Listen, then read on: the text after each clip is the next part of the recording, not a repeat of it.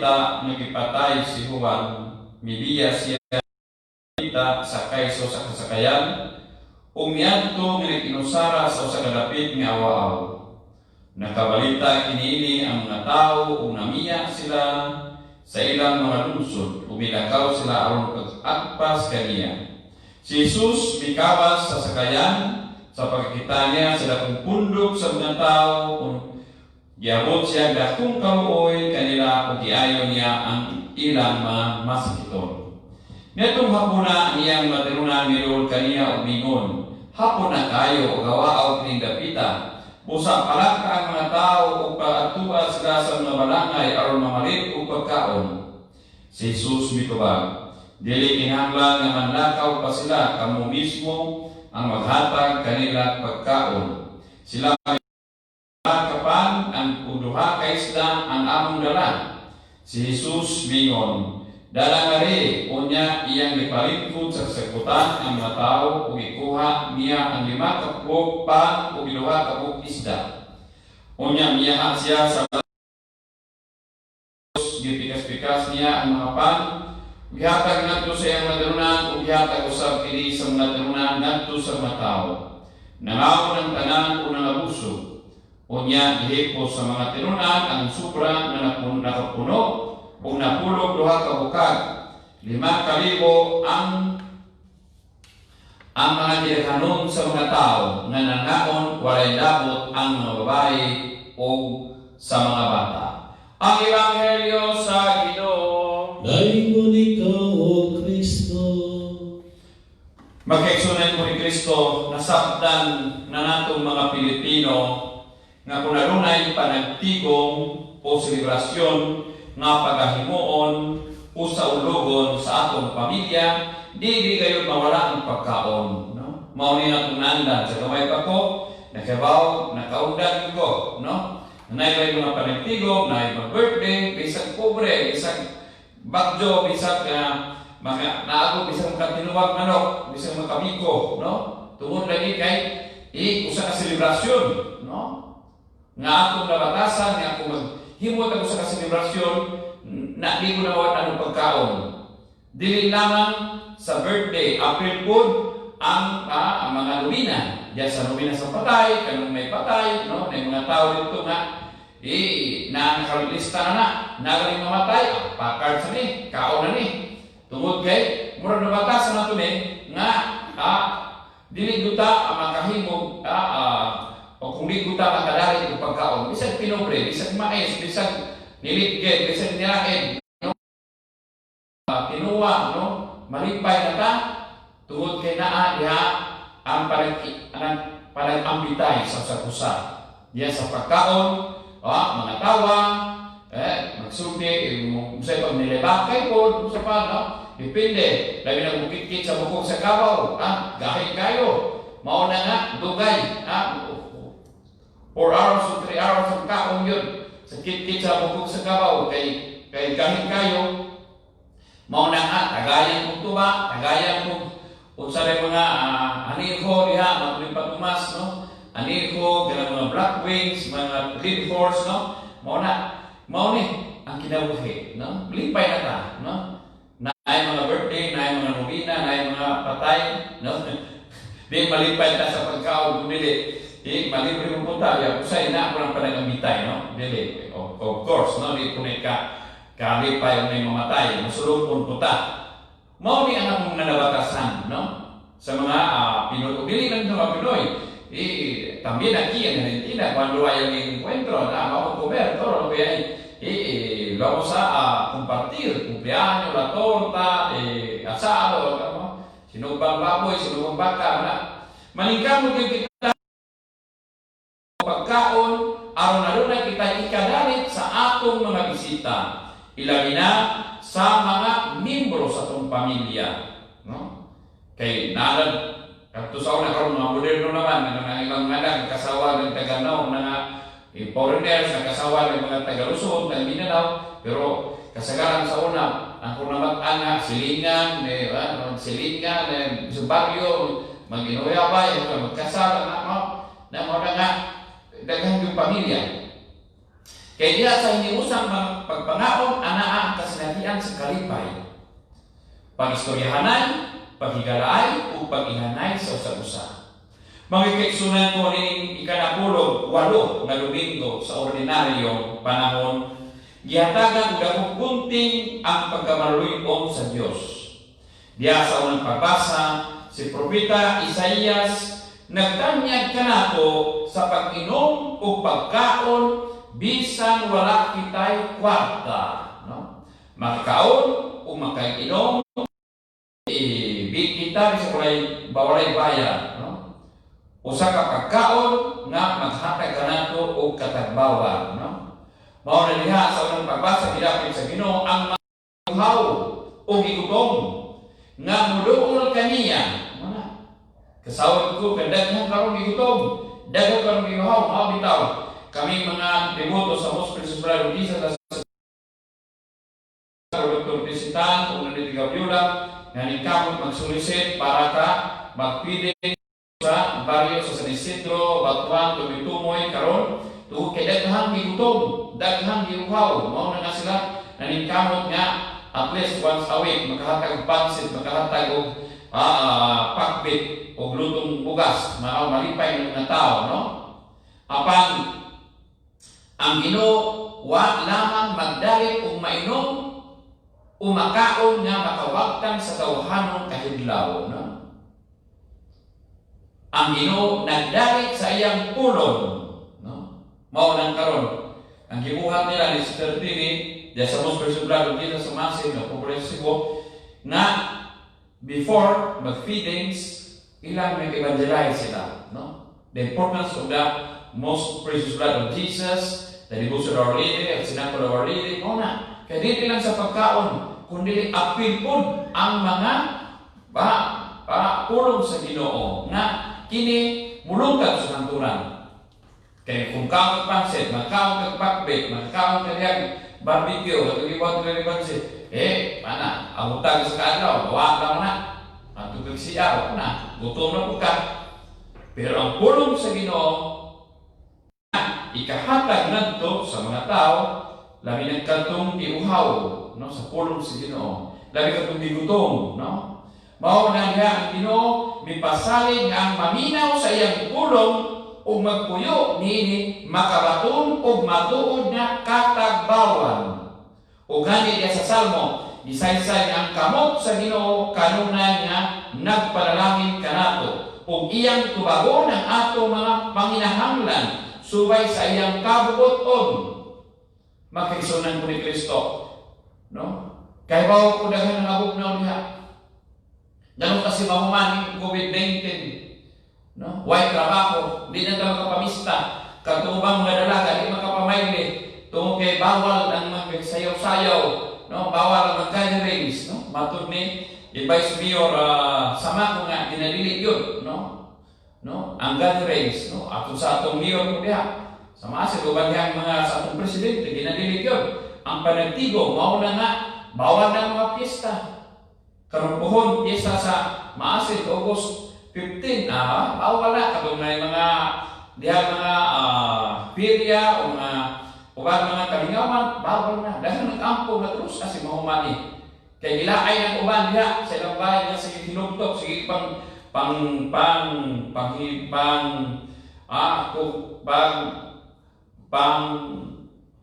panguhag mga lusa, panguhag mga kuto, na kaya wala yung gibuhat. Tungkol lagi kay di po di magkakawas. Dahil nag-ampo nini. Pero kung maminaw ka sa pulong sa Ginoo, ang Ginoo andang maminaw sa atong mga panginahanglan, subay sa iyang kagutom, dili sa atong kagutom. Kay basig nagdahan pang mga tao nagparayon sa mapagkasa. Daghan pang namagtik asa nagkasing-kasing dili magpasaylo sa iyang mga igsuon. Daghan pang no? Kanang pilit mao lang. Kung ako'y gisok, ako'y Ginoo, asa na ko na hunongon, nagkaroon na ng mga Pilipino na gustong tantangon ng cross tantangon ng imaheng image sa ospital na haya, kasi si magkita ng deputy ka ng ang kongresista niya. Nag-propose ko ng mga EGTV nga i-allow ang mga death penalty uban pa niyang mga against life, no? Katong nga pro-life si BJ si Campo nya ikaw Ginoo muhunong ka na nga nagkaroon na man nagpagbating ana sila nagpadayon mo sa mga makasasa bawo na nga padayon mo na hangtod nga magbago kita sa atong kinabuhi, no? Tinuod na ang Ginoo anda maminaw sa atong mga pangalia, sa atong mga pangalyupo, mato sa Salmo, subay sa iyang kabubuton, dili atong kabubuton. Kung kita nagpadayon sa atong pagkakasa, kanang mga kurakot ng mga opisyal, kanang presidente ang gusto i-approve ang death penalty sa atong nasod, kanang gusto nga i-approve na kung nang nikabuti ang i-approve mga abortion or matrimonyo gay. Dahil sa pitugat nga, wala dawat sa Korte Suprema. Hinapunta nga dili ko na maprubahan diyan ang matrimonyo gay diyan sa Pilipinas. Kay maglinog pa, napay mga bulkan, napay tubig. Mao na nga di na. Panahon na makigsunang magbago ta sa likod kinabuhi.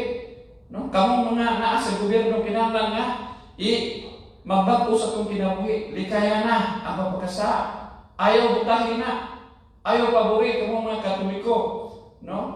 We have to rest out against that one. That one who proposed nga kuhaon ng mga crucifix sa mga ospital. Katong nga masakiton, kamat yun. Isang ilang tanawon nga ang atong Ginoo mauman. Ang tinubdan sa nagugugman niya ang pagbalansin sa kasakit sa itong Ginoo. Mauna ang usa sa mga itong makahatag. Labi na katong mga himalatyon, labi katong nasakit niya grabe diya sa ospital. Pagkanaw sa crucifix nga Jesucristo, gilansan ka ang pagluwas ka na to, mauna atong subanan. At si Kristo wala magbagulbol sa diyang gilansan sa krus tungkol kay siya andam pagluwas nato sa diyang hugma ka nato. Mausa ni katong nga masakiton nga mutanaw sa krus, no? Pero nasayo mata ka ng krus, paagi na mapaday ang hugma ka nato, pero si Kristo wala magpabilin nga nagbitay sa krus, nabanhaw siya. Kung dawato nato magkasakit, kung di ta magbagulbol, kung di ta bawadan mga o mawadan ng paglaom, kinahanglan maglaom kita nga kita mamanaw human sa magkasakit, human ako'y mga kalinaw, no? Kita padayon o makadawat o tabang sa Ginoo, grasya ang kita mahimong santos. Ang kaayo o gugma sa Ginoo mo nagiusa ka nato uway bisan kinsa o unsa nga makapahimulat ka nato nining maong gugma. Si San Pablo nagkanayon sa iyang ngadto sa mga taga-Roma nga bisan ang mga pagsuway o pagpanglutos o kagutom di makapuka ning maong gugma o ginikanan di makakuha kanato gikan sa pagigugma sa Dios nga gipadayag sa iyang bugtong anak. Mao nang gisunan ko bisan pag unsay mga paglutos, mga pagsuway sa itong kinabuhi, bisan pagmamatay, niliwan sa itong kilid sa itong katuwangan, kung kita magpabiling talakong gugma sa Ginoo, kita maluwas. No? Kay kinintanan, makakuha ka ng bilang sa pagigugma sa Diyos, nga gipalayag sa iyang bugtong anak. Tungod sa kasamtangan, kahit nagkaroon, mitumaw ang matuod nga kahimtang sa atong kasing-kasing. Dunay kasing-kasing na taliwala sa mga kalisod. Mas mipatibabaw ang kaway pagpakabana. Na doon nagpatik ang sa kasing-kasing. Nasayod sila. Nga diligod paguran ang balaod nga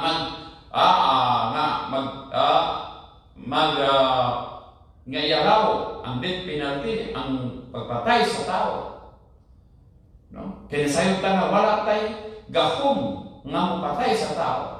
Tungod kay kita, mga binuhat sa Ginoo. Ang tagiya sa kinabuhi, dili ang tao, dili ang presidente, dili ang mga senador, dili ang mga congressmen, kundi ang Diyos. O siya lamang ang buang naay agahom nga mukuha nini. Unya karon ialaw ang death penalty. Abi mo masuko, maayaw mo mahunong ng mga drug lord ya, dili. Kay dautan mo na ang papatay. Pasaylo na to. Kinsa man tang di ba pasaylo ikaw ang kaysa? No? Kitang tanan makasasa ang Ginoo ang hukom niya na. No? Mao na makisunan ko ni Kristo. Ambot lang. No? Kung nato mga pag-ampo nakabot pa nato sa Ginoo, tungod kay kulang natong pag-ampo. Kaya nagpadayon kita pagkasa, nagpadayon kita pagliw-ligo, wa ta maminaw sa pulong sa Ginoo. Labi na karon, no? Ang mga kagamanan dili lang sa Pilipinas ubang nasod niya, dili alaw ang pagsimba o daghang mga simbahan na sirado. Asa mo ta mangitag kusog niya na? Ang demonyo, ang satrang yawa, kusog po trabaho na na. Susulan nila ang mga presidente, susulan ng gobyerno na isirado ang mga simbahan aron ang mga tao dili wa sila maniba, way Diyos silang kinabuhi, na mao na nga daghang ma-depress, daghang masulupon, daghang masakit na high blood, hantod niya, isang high blood na lang, isang diabetes, ignon na lang COVID. No? Isang kabayo ni Troya. Plan siya sa one word. No? Usa ka panantigong nga gahom nga gitawag Antichrist. We have to be careful for that ng kisunan ko ni Kristo. Lo in town, na imitawag sa 100 years sa niya edad, kamatyon na ang gilikan may sa likod ato simbahan, di ato sa hospital, kaya inog na COVID. Unya kung na COVID, iman ka, sunukon man ka dayon, ihatag na nga ito sa kuwan, mau na. Tungod kay lack of facility, no? Tungod kay ang mga doktor po, no? Mau na. It's true, there's a virus. Dahil sa kalibutan, ang kalibutan hugaw. Daghang mga anomaly, daghang mga contamination. Tungod sa akong mga buhat, nga way tay wawan na ito na, alagay ang simbahan, wala na ito, agimana. Ang kalibutan, ang lutang sa kalibutan, yung ihatag sa grupo na ito, ato nung pang-abuso, no? Mauna, bisa-kasa ka, wala po basura, nas kanal. Kana niya, marama na ang tubig. Sakit, no? Mau nang iksunan ko ito sa daw punta. Nga kita, doon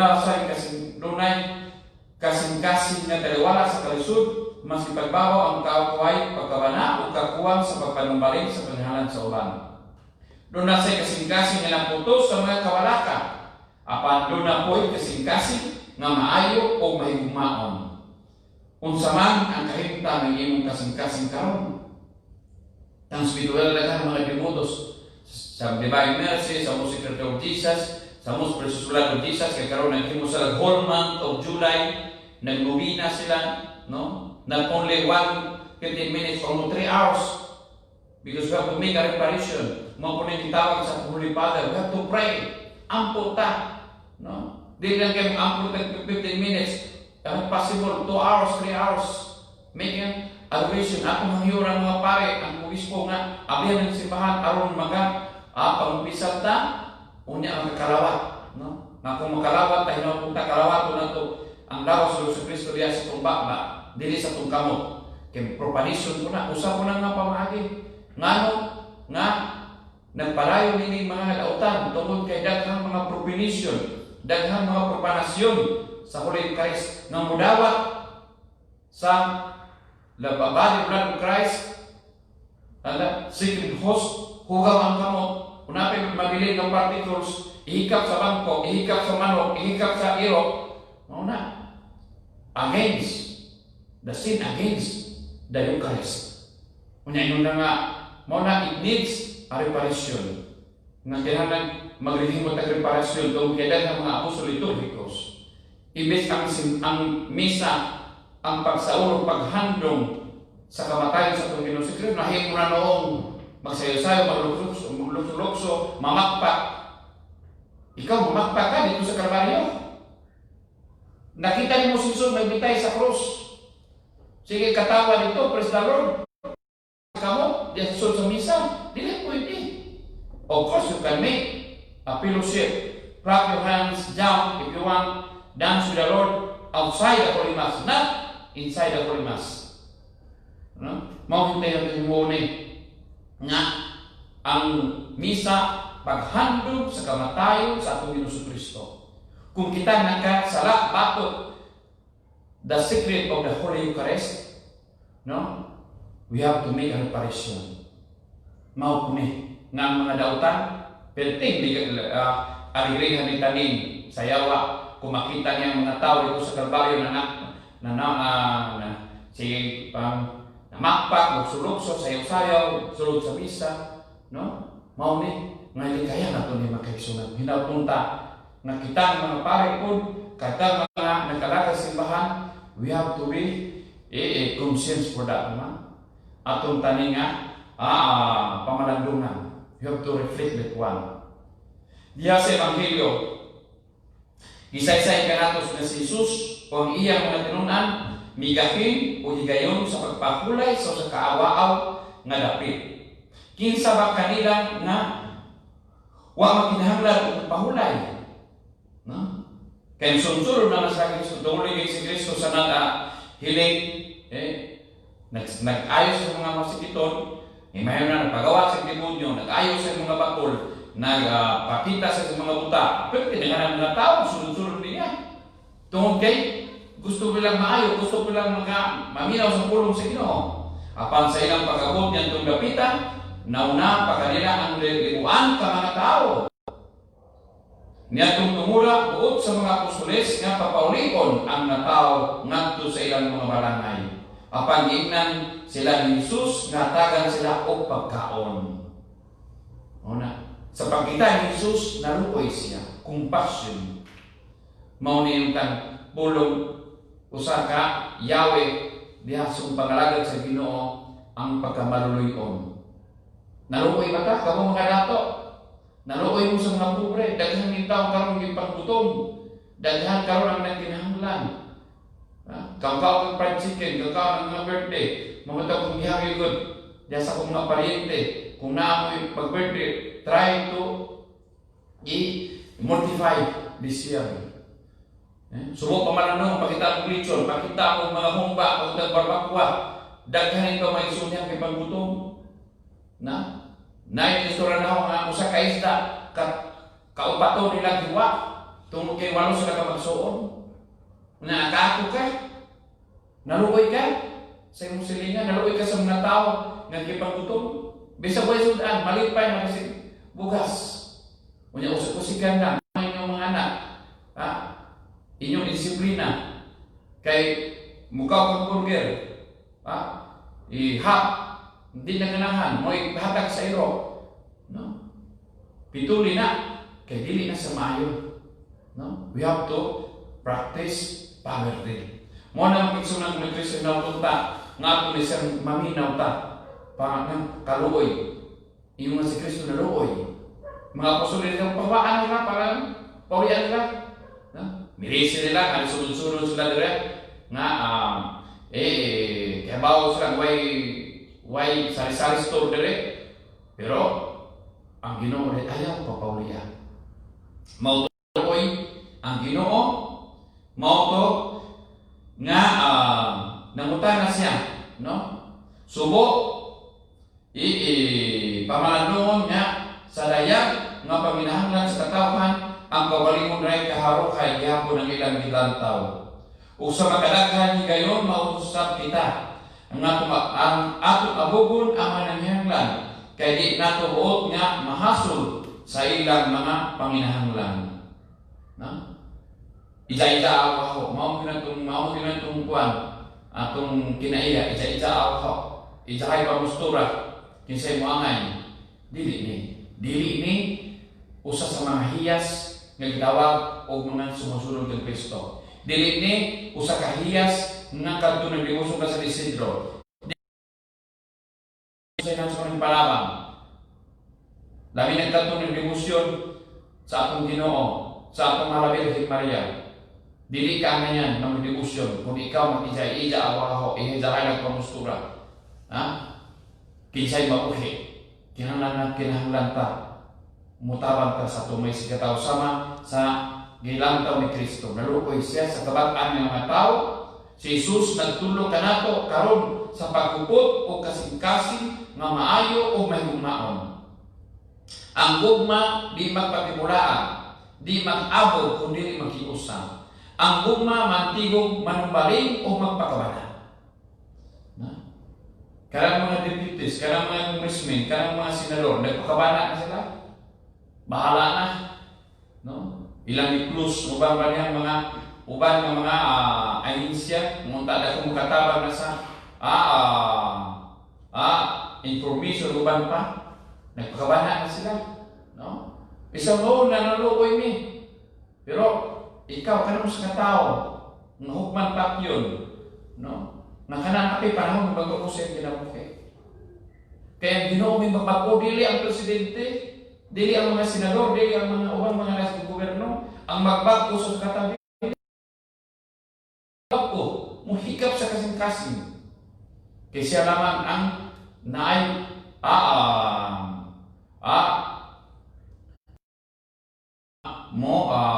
naay nga mubago nini tungod sa indahom, tungod sa walang Espiritu Santo. Mao kining panahon na sa pandemya, usa ka manindot higayon sa pagsuta kung kumusta na ang atong kasing-kasing. Higayon kini sa pagsusi kung nahiapil pa ba ang nakabus o ilang ubos sa katimbang sa mga pinitik niini.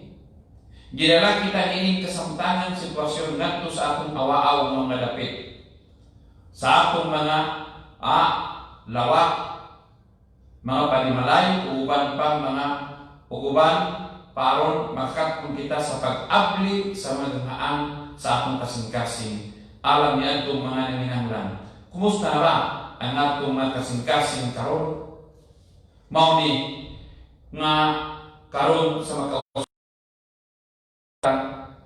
sa mga pagbasa, sumala sa unang pagbasa sa Salmo, siguro pagbasa sa San Pablo, usa kini kapagpadayag na si Kristo mismo mao ang tinubdan sa pan nga makahatag kanato kinabuhi. Dili lang sa lamang sa lawas nun natong panginahanglan, kundi labaw sa tanan sa espirituhanong bahin.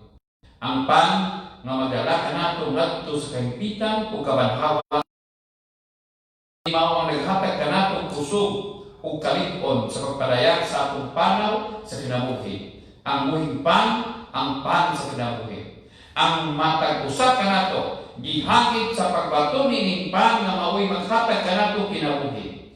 Diya sa pagkamakarunayan natong pag-apil sa Santos na Misa, hinapunta kamong mga wisong na pare, tugutin ang mga tao makasimba.